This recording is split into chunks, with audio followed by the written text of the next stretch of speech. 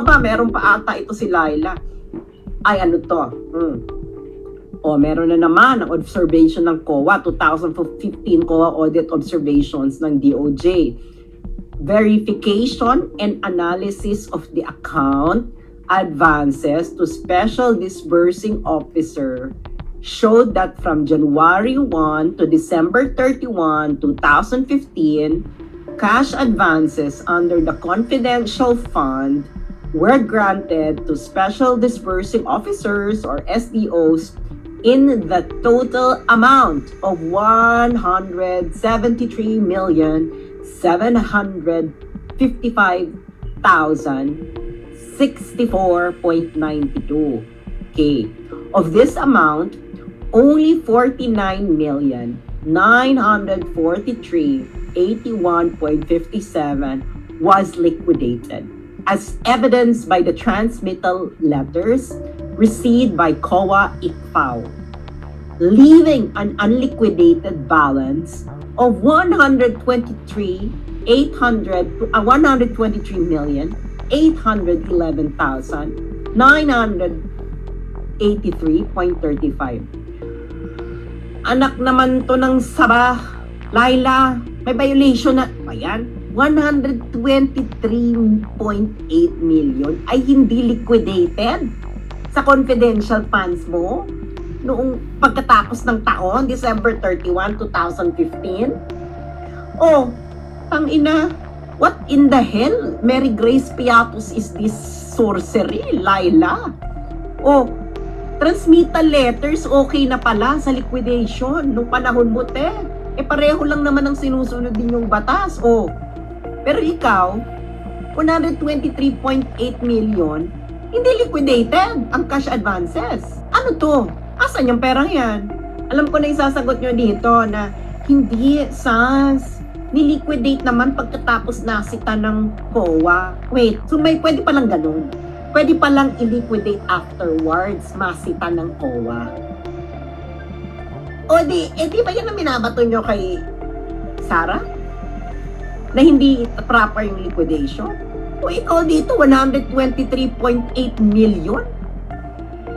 Ate Laila, ano ba to? Frailties of a woman din ba ito? Malinaw naman ang sinabi ng COA. December 31, 2015, meron kang 123.8 unliquidated. Bakit? Anong pinagpuputok ng butchi mo dyan, Laila? Pwede palang transmittal letters din. 14, kita mo na? Ano yan? Bakit ka masyadong noisy? Ate Laila, mga kakamping! Kailangan matining ang boses natin para katulad natin sila mga pa-virgin. Di ba ganyan sila magsalita? Nasa si Mary Grace Piatos. Actually, nasa nito 123.8 million na unliquidated sa confidential funds mo sa Laila. Madam Laila, hindi po ito fake news. Paki-download po mga kababayan, no?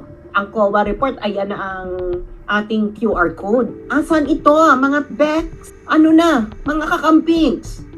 Ikukulong din ba natin si Laila? Okay lang naman ako na ikulong si Sarah, pero sama sila. Di ba? Hindi mo pwede ikukulong si Sarah, si Laila malaya. Hindi pwede, dapat sabay. Di ba? Di ba? Dapat sabay. Dapat tama, di ba? Kung ikukulong si Sarah dahil sa confidential funds, dapat si Laila din ikulong. Pwede sila magsama sila. Kung gusto ninyo, okay lang naman sa amin. Di ba? Pero hindi po pwede. Yung sasabihin ninyo, hindi ginagamit lang namin si Sarah as example. Mali kayo dyan. Ang example, dapat yung mas malaki na violation. Diba? 123.8 million ang liquidated noong December pagkatapos ng taon sa Laila. Ewan ko ba, pakishare nyo na to para malaman ng mga kamag-anak nyo sa Pilipinas ang totoong nangyayari. 123.8 million. Laila, confidential funds mo. Hindi liquidated. Yung 49.9 million, transmittal letters lang. Pwede na pala yan? Pag kayo pala, kayo mga kakamping, pag mga kakamping ninyo, makinig kayo sa akin mga kakamping, pag kakamping ninyo, pwedeng transmittal letters. Oh, transmittal letters, pwede. Pero pag hindi ninyo kakampi, hindi po pwede yung transmittal letters. Oh, pwede pala sa inyo yan na may unliquidated na confidential funds. 123.8 million. Bakit hindi dapat? Bakit kayo hindi nagagalit dyan, mga kakamping? Ano yung moralidad ninyo? Tapos kami mga Dutertista yung sinasabi ninyo na, ano to? Wala kaming moralidad. Ate, hindi kami naglilinis-linisan. Hindi kami mga pa-virgin pokpok. Ang mga Dutertista ay hindi pa-virgin pokpok. Kayo, mga pa-virgin pokpok. Alam niyo yung mga pa-virgin pokpok no high school? Sa harapan mo pa-virgin. Tapos pag nasita mong nagpupokpok sa likuran, magagalit. Sasabihin, huwag mong baguhin. Huwag mong baguhin ang usapan. Anong usapan? Ang usapan, confidential funds. On topic ito, oh. Diba? On topic. Confidential funds. Sabi nyo, pag-usapan lahat ng confidential funds. Pwede pag-usapan din natin yung sa inyo. Kung ikukulong yung iba, ikukulong din dapat kayo. Okay na naman sa amin yan. Diba? Kung lahat kayo nagkasala, diba? Actually nga dapat ang parusa dito, para nung panahon ng mga ninuno natin. Yung papakain sa yung itatali sa puno tapos papakain sa langgam. Dapat yung number ng langgam na ilalagay sa katawan mo kasing dami ng unliquidated. Alam mo kay Laila, 123.8 million unliquidated na confidential funds. So, dapat si Laila 123.8 million. Ilan daw kay Sarah? 70? Oh. Okay na yan, Sarah. 70 million na lang. Kay Laila, 123.8 million na lang. Oh, i-download nyo na yan.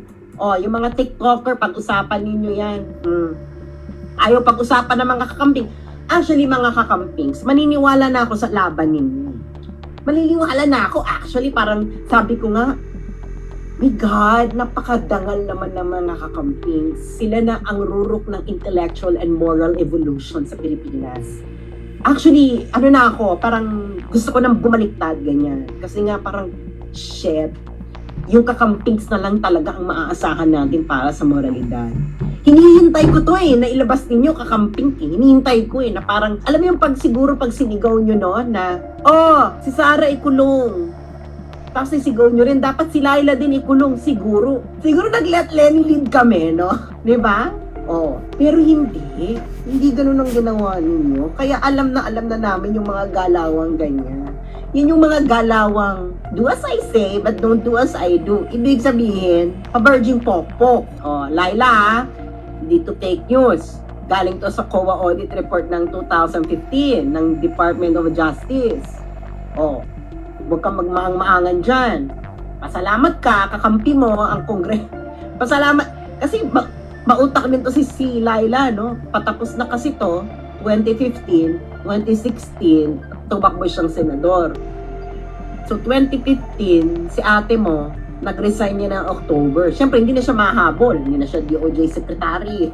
The moves mo, ate, the moves. Pero, may iniwang 123.8 million. Oh, sasabihin mo, hindi mo responsibilidad yan. Actually, gusto kong gamitin ang favorite word na ginagamit ng mga kamping laban kay Sarah.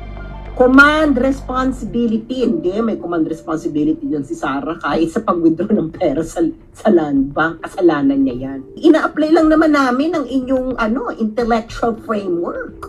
Di ba? Oh, bawal pala yan. Kayo lang pala ang pwedeng mag-apply niyan? Aba, ano to? Ang birth certificate ninyo, mga magulang ninyo, si Mama Mary at si Papa Jesus? Hindi ganon. Okay, next.